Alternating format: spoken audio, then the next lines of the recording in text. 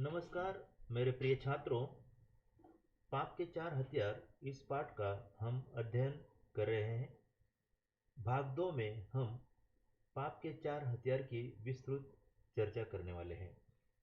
पहले भाग में हमने सुधारक बर्नार्ड शॉ के सुधारमतवादी विचारों को देखा।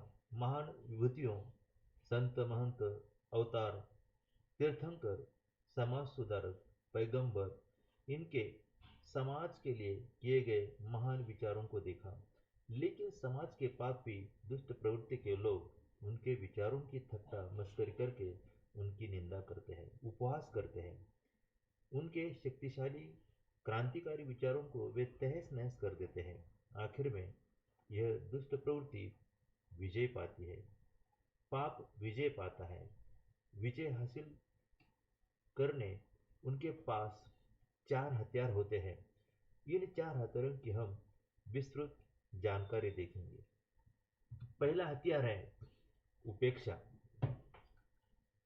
उपेक्षा यानी तिरस्कार, निरादर करना, किसी का आदर या सम्मान नहीं करना, उसे दुर्लक्षित करना। सामने ये चित्र आप देख सकते हो कि एक व्यक्ति जो है एक दूसरे व्यक्ति का वो तिरस्कार कर रहा है, उसका आदर नहीं कर रहा है, उसकी उपेक्षा ही कर रहा है। देखेंगे, सुधारक पापों के विरुद्ध विद्रोह का झंडा बुलंद कर देता है। यानी सुधारक पाप के विरुद्ध अपनी आवाज उठाता है, उसके विरुद्ध में विद्रोह करता है, क्रांति करता है। तब क्या होता है? तब पाप और पाप को साथ देने वाला पापी समाज सुधारक की उपेक्षा करता है, उसका अनादर करता है, उसकी ओर ध्यान नहीं देता, उसे टाल देता है। कभी कभी सुधारक की बात पाप और पापी समाज सुन भी लेता है, परंतु सुनकर हंस देता है और सुधारक को वह पागल कहता है। इन क्षणों में पाप का नारा होता है, अरे छोड़ो इसे और अपना अपना काम किया करो, इनकी ओर ध्यान मत दो। यह सुधारक के बारे में पापी का नारा हुआ करता है कि इनकी ओर हमें ध्यान देना नहीं है, उनकी हमेशा हम उपेक्षा ही करते रहेंगे। अतः सुधारक का सत्य उपेक्षा के कारण कुछ तेज हो जाता है, उसका विद्रोह बढ़ता जाता है, अपनी आवाज वो अधिक बुलंद करता है, उसके स्वर अब पहले से अधिक पैने हो जाते हैं और ऊंचे भी हो जाते हैं। कुछ लोगों का साथ सुधारक को मिल जाता है। इसके बाद सुधारक की निंदा कैसी होती है यह हम देखेंगे। दूसरा हथियार है निंदा। तस्वीरों को आप देख सकते हैं कि इस व्यक्ति की बाकी के सारे लोग उसकी निंदा कर रहे हैं। अब देखिए, इसका परिणाम यह होता है कि समाज का पाप विवश हो जाता है, लाचार हो जाता है, मजबूर हो जाता है, संकट में आ जाता है। यह पाप, वो पाप यानी दुष्ट प्रवृत्ति समझ जाती है कि सुधारक के साथ उनके विचारों से प्रभावित जनता है। तब वो सुधारक की बात कुछ हद तक सुन लेता है ताकि जनता का सुधारक का आक्रोश शांत हो जाए। वह सुनता है, यानी पाप सुनता है और फिर सुधारक की निंदा करने लगता है। बुराई करने से वो थकता ही नहीं है, उसकी वह बेइज्जती करता है, गालियों की दीवार खड़ी कर देता है, उसे बदनाम करता है ताकि सुधारक को साथ देने वाला समाज, जनता उसके साथ छोड़ दे और गाली गलौज करे। लेखक कहते हैं कि जीवन अनुभवों का साक्षी है कि सुधारक के जो जितना समीप है उसका उतना ही बड़ा निंदक होता है। अतः यह दुष्ट प्रवृत्ति समाज को उकसाती है ताकि सुधारक के विरोध में जनता खड़ी हो जाए, और एक समय ऐसा भी आता है जनता सुधारक की निंदा करने लगती है। इसमें पाप सफल हो जाता है। इस समय पाप का नारा होता है, अजीब बेवकूफ है ये सुधारक, लोगों को बेवकूफ बनाता है। अतः पाप कहता है कि अरे यह भी मूर्ख है और लोगों को भी क्या है, वो मूर्ख बनाता चला जा रहा है। सुधारक का सत्य निंदा की इस रगड़ से और भी प्रखर हो जाता है। अब उसकी धार चोट ही नहीं करती, परंतु काटती भी है पाप को। पाप के लिए यह चोट धीरे धीरे असह्य हो उठती है, उसे सहा नहीं जाता है और वह बौखला उठता है, यानी पाप अधिक भयानक हो जाता है, क्रोधित हो जाता है। और इस क्रोध में वह अपने हाथ में एक हथियार लेता है और उस हथियार का नाम होता है हत्या। और पाप उस सुधारक की हत्या कर देता है, उसे जान से मार देता है। कभी कभी हम फिल्म देखते हैं, उस फिल्म में विलन हार जाता है और हीरो जीत जाता है, पर यहाँ उल्टा है। समाज सुधारक, यह हीरो हार जाता है, उसकी हत्या हो जाती है और विलन जीवित रहता है और उसकी जय हो जाती है। लेखक ने सुकरात यानी सोक्रेटिस, ईसा मसीह और स्वामी दयानंद सरस्वती, इनके उदाहरण हमारे सामने पेश किए हैं। समाज ने, सामाजिक व्यवस्था ने इनका छल किया और इनको मार दिया, क्योंकि वे पाप के विरुद्ध हमेशा बोलते थे, विद्रोह करते रहे। परंतु पाप ने इनका विद्रोह किया और इनको मरवा दिया, उनके कार्यों को, सेवाओं को नष्ट किया। आपके सामने ये तीन तस्वीरें दिखाई देती हैं, इनकी हम संक्षिप्त रूप में चर्चा करेंगे। एक नंबर पे है सुकरात यानी सोक्रेटिस, दो नंबर पे है स्वामी दयानंद सरस्वती और तीसरे नंबर पे है यीशु मसीहा यानी जीसस क्राइस्ट। देखेंगे कि इन लोगों ने समाज के लिए बहुत ही महत्वपूर्ण कार्य किए, परंतु समाज ने इनकी हत्या कर दी। ये तीसरा हथियार है पाप का। देखेंगे एक नंबर पे सुकरात। सुकरात यानी इनका अंग्रेजी नाम है सोक्रेटिस था। वे यूनानी थे, दार्शनिक थे, वे समाज सुधारक थे। समाज में फैली बुराइयों की वे बात करते थे। समाज के ठेकेदार उनके विरोध में थे। ये सारी बातें वहाँ के राजा को अच्छी नहीं लगती थी। उन पर आरोप लगाया गया कि वे नास्तिक है, परमेश्वर को वे मानते ही नहीं है, ईश्वर को बदनाम कर रहे हैं, इसलिए उन्हें जहर देकर मारने की मारने की सजा मिली। सुकरात ने अपनी खुशी खुशी जान दे दी, जहर का प्याला पीकर, और उनकी हत्या कर दी। फिर हमें दिखाई देता है स्वामी दयानंद सरस्वती। वे भी एक सर्वश्रेष्ठ समाज सुधारक थे। उन्होंने आर्य समाज की स्थापना की। वे पुरानी रूढ़ी परंपरा के खिलाफ थे। उस समय सती प्रथा थी। सती प्रथा यानी पति मरने के बाद उसकी पत्नी को भी चिता पर जलाया जाता था। यह समाज के लिए एक बड़ा कलंक था। इस कलंक को स्वामी दयानंद सरस्वती ने मिटा दिया। लेकिन कुछ लोगों ने स्वामी जी का विरोध किया, नफरत की। इसी बीच उनके विरोध में एक षड्यंत्र की साजिश की गई और भोजन में जहर मिलाकर स्वामी जी को मार दिया।